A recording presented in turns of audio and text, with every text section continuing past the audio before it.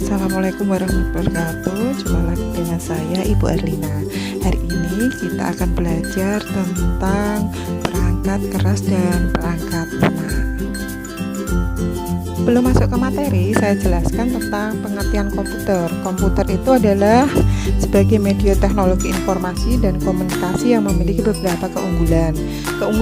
Keunggulannya itu antara lain: 1. Mampu mengakses dengan cepat dan tepat, menghasilkan informasi dari data yang lampau, mampu memproses data yang sangat besar menjadi sebuah informasi, mampu menyimpan data yang sangat banyak sekali, kemudian mampu melakukan importing dan exporting data yang dirancang khusus. Perangkat komputer itu terdiri dari dua ya, perangkat keras atau yang sering disebut dengan hardware, kemudian perangkat lunak yang disebut dengan software. Perangkat keras itu terdiri dari 4, yaitu input, output, processing, dan hasilnya. Pertama kita akan pelajari yaitu input. Perangkat masukan yaitu berfungsi untuk memasukkan data yang akan diperoleh oleh perangkat pengolah. Yang pertama kita akan pelajari nanti di input itu ada keyboard. Keyboard itu istilahnya adalah papan ketik. 2 adalah mouse. Nanti mouse itu ada beberapa istilah. Yang pertama, klik berarti melakukan klik pada tombol kiri. Ada double klik berarti melakukan klik pada tombol kiri 2 kali secara cepat. Klik kanan berarti melakukan klik pada tombol kanan mouse 1 kali. Ada istilah drag berarti menekan tombol kiri mouse, menggesernya lalu melepaskan. Itu fungsinya untuk mengeblok suatu data. Yang terakhir itu adalah scroll. Scroll itu adalah bagian tengah yang berfungsi untuk menggulung layar ke atas dan ke bawah. Yang ketiga, scanner, yaitu alat yang berfungsi untuk memindai suatu gambar nyata menjadi gambar digital.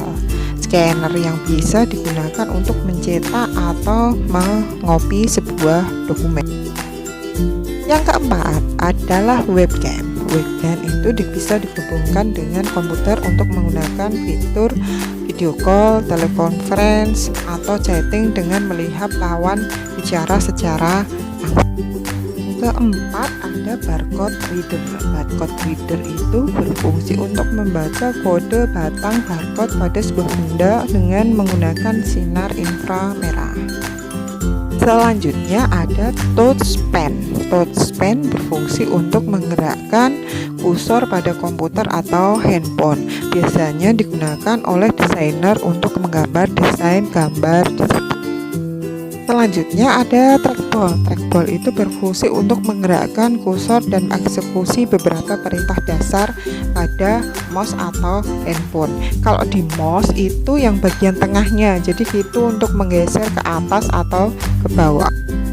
Ada lagi touchscreen. Touchscreen itu memungkinkan pengguna atau user itu memilih menu dengan menekan layar secara langsung tanpa menggunakan tombol tertentu. Seperti yang kita sering gunakan pada handphone itu adalah layar sentuh.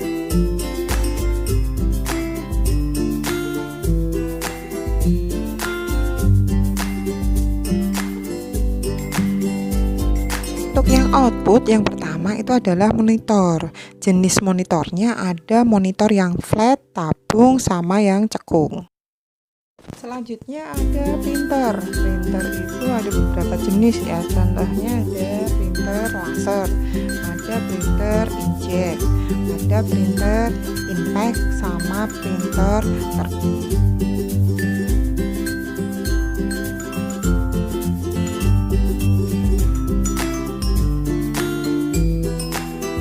Selanjutnya ada LCD proyektor. Itu berfungsi untuk menampilkan tampilan yang ada pada laptop ke layar atau selanjutnya ada speaker. Speaker itu mengeluarkan sumber suara dari komputer. Speaker biasanya terdiri dari panel pengatur volume dan 2 buah speaker di kanan dan selain speaker ada handset. Handset bekerja seperti speaker yang diletakkan di telinga bagi penggunanya. Ada plotter. Plotter adalah printer grafis yang menggambar dengan menggunakan pena-pena tinta. plotter itu sering digunakan untuk mencetak gambar berukuran besar seperti gambar arsitek dan engineering, atau sering disebut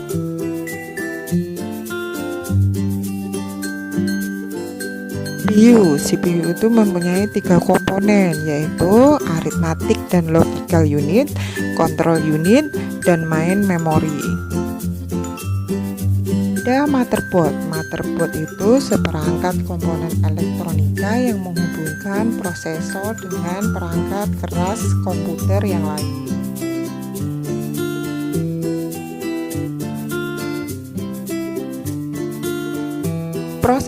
Prosesor itu merupakan otak dari komputer. Prosesor mengatur aliran data dan instruksi dalam komputer.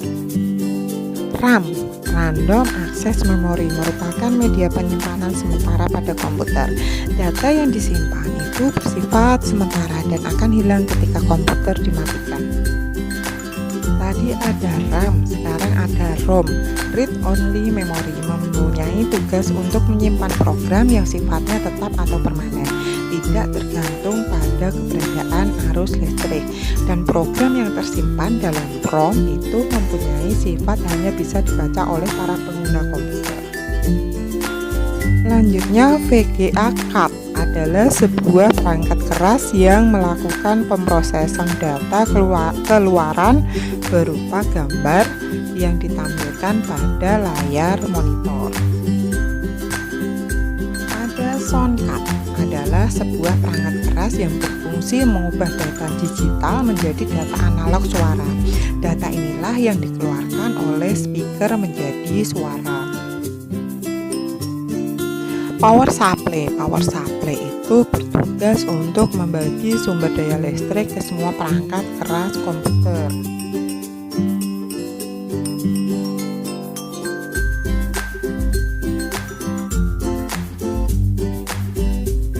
Disket atau floppy disk ini memiliki kapasitas penyimpanan sebesar 1,44 MB.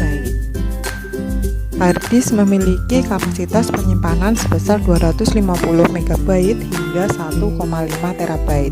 Harddisk ini ada yang tertanam di dalam komputer, namanya harddisk internal.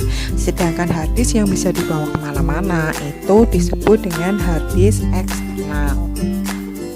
Media penyimpanan selanjutnya ada flash disk. Flash disk itu mempunyai kapasitas penyimpanan mulai dari 1 GB hingga 128 GB.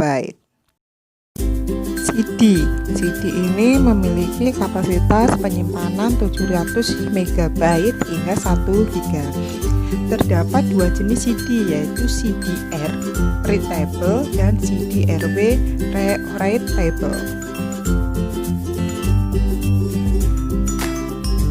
DVD itu kapasitas penyimpanannya lebih besar daripada CD-RW yang tadi, yaitu sebesar 4,7 GB. Blu-ray itu merupakan bentuk terbaru dari CD, di mana penyimpanannya bisa mencapai 50 GB. Memory card digunakan untuk menyimpan data pada handphone, kamera, CCTV. Memory card ini memiliki kapasitas beragam. Kapasitasnya mulai dari 256 MB sampai 64 GB. Kaset merupakan media penyimpanan suara yang saat ini sudah sangat jarang digunakan. Kapasitasnya hanya 30 MB.